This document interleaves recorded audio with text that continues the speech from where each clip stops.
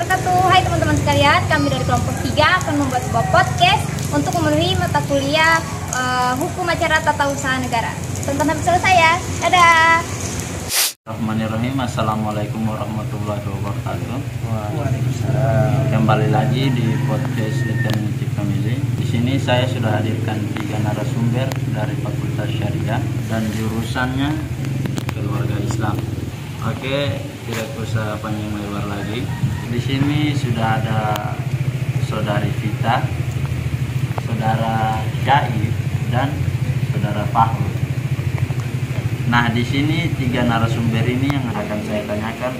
Yang pertama, saya akan menanyakan kepada Saudari Vita terkait intervensi. Saudari Vita, apa itu intervensi dalam perdata?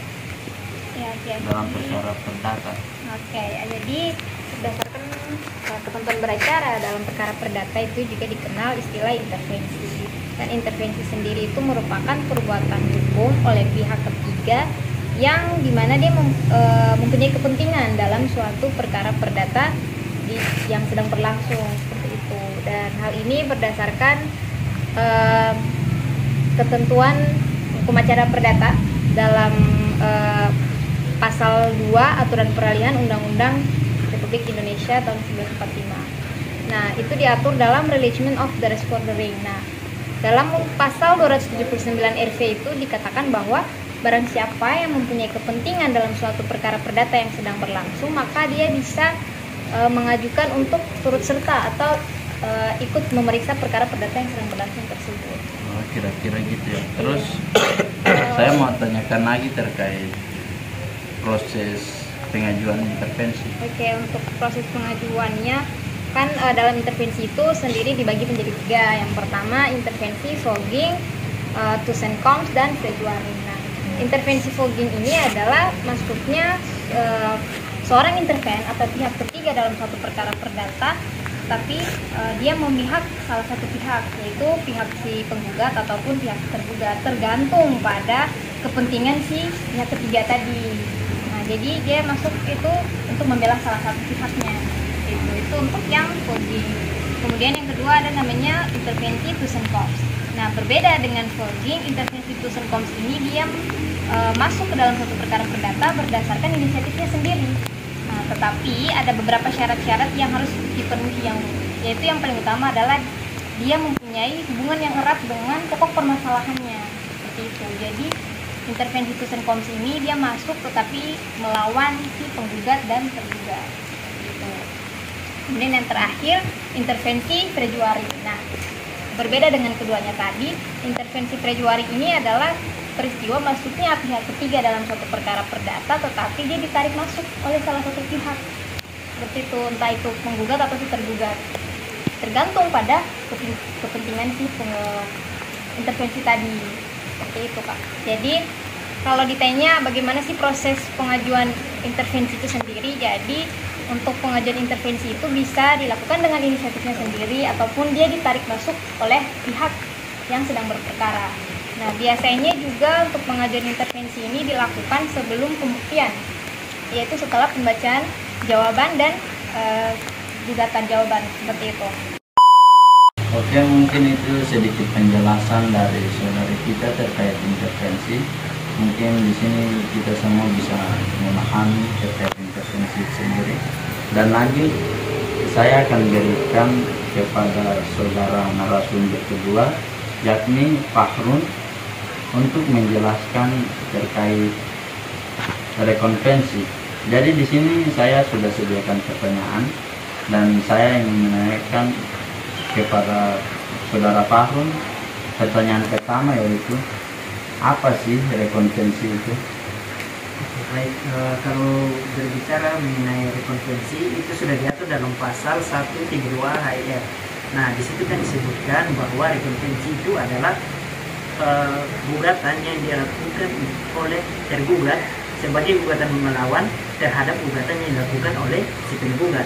Nah, di dalam pasal 132A itu sudah disebutkan bahwa si tergugat diberikan kesempatan untuk mengajukan gugatan balik. Nah, bersama-sama dengan jawaban yang sudah disediakan oleh tergugat. Tetapi di situ si tergugat tidak perlu lagi mengajukan gugatan baru terhadap si penggugat. Nah, cukup dengan mengajukan gugatan melawan bersama-sama dengan gugatan yang dilakukan oleh si penggugat tersebut. Nah, di sini ada masih tinggal 3 pertanyaan yang saya lanjut saja. Pertanyaan kedua, apa sih tujuan dari rekonferensi itu? Oke, kalau berbicara mengenai tujuan konferensi itu terdapat 6 tujuan yang harus dipahami. Yang pertama itu ialah menggabungkan 2 tuntutan yang berbeda.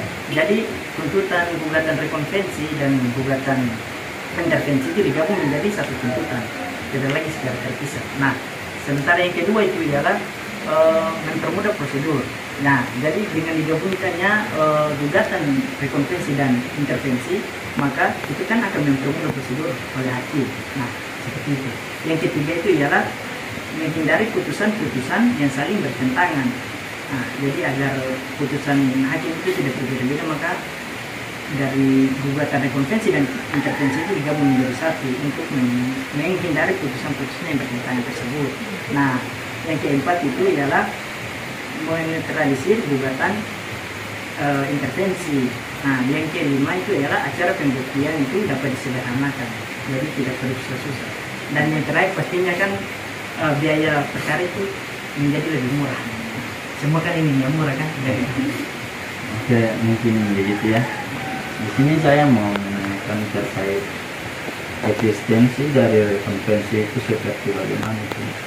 Kalau bicara mengenai eksistensi itu sudah terdapat di dalam pasal 121 ayat 1 ayat. Nah, di situ kan disebutkan bahwa setiap gugatan itu berdiri sendiri.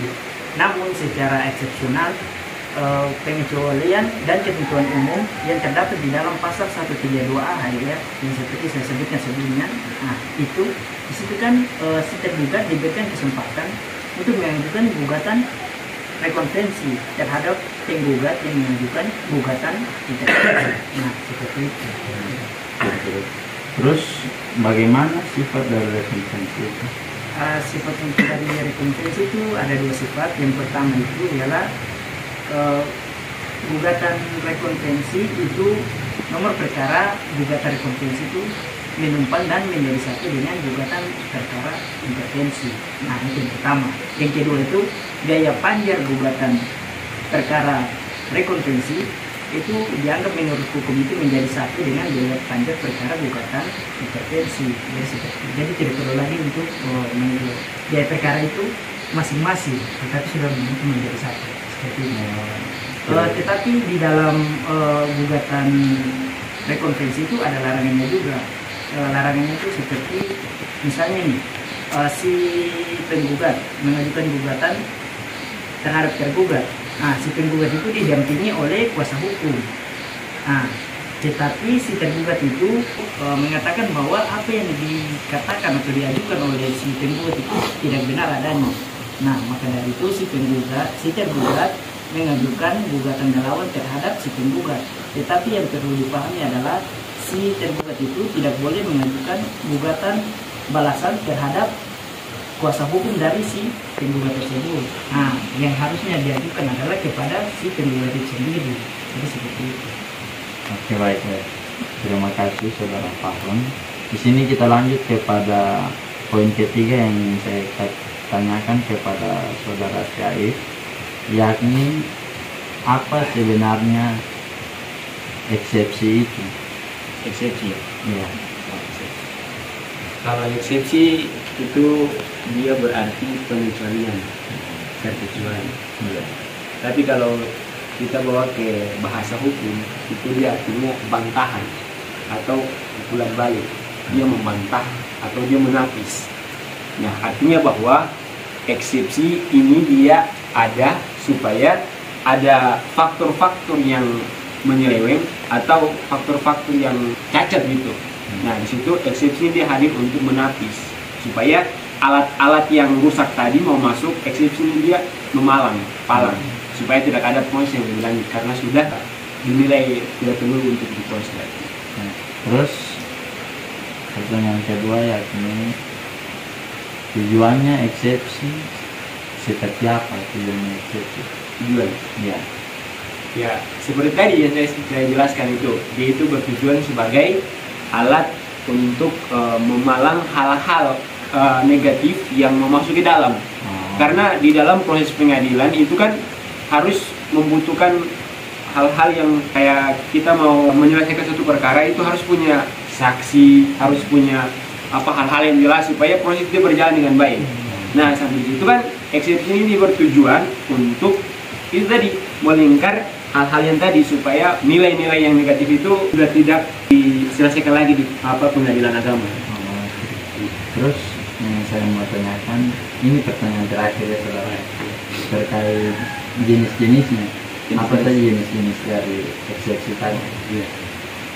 Kalau kita lihat dalam pasal 125 ayat 2 dan 123 dan 133 ayat itu dia hanya memperkenalkan eksepsi kompetensi absolut dan relatif. Namun di dalam ilmu hukum dalam pasal 126 itu dia mengindikasikan ada 3 jenis. Yang pertama yaitu eksepsi prosesual, yang kedua itu eksepsi prosesual di luar eksepsi kompetensi, dan yang ketiga itu eksepsi hukum material. Jadi di sini ada 3. Kira-kira begitu ya. Oke. Seperti itu kira-kira penjelasan dari 3 narasumber yang sungguh hebat. Terima kasih kepada 3 narasumber yang sungguh hebat dan penjelasannya sungguh masuk dalam otak saya. Oke, mungkin itu saja yang dapat dijelaskan oleh 3 narasumber, dan saya sendiri meminta maaf apabila ada kesalahan di dalam kata. Dan akhir kata, billahi taufiq wal hidayah, wassalamualaikum warahmatullahi wabarakatuh.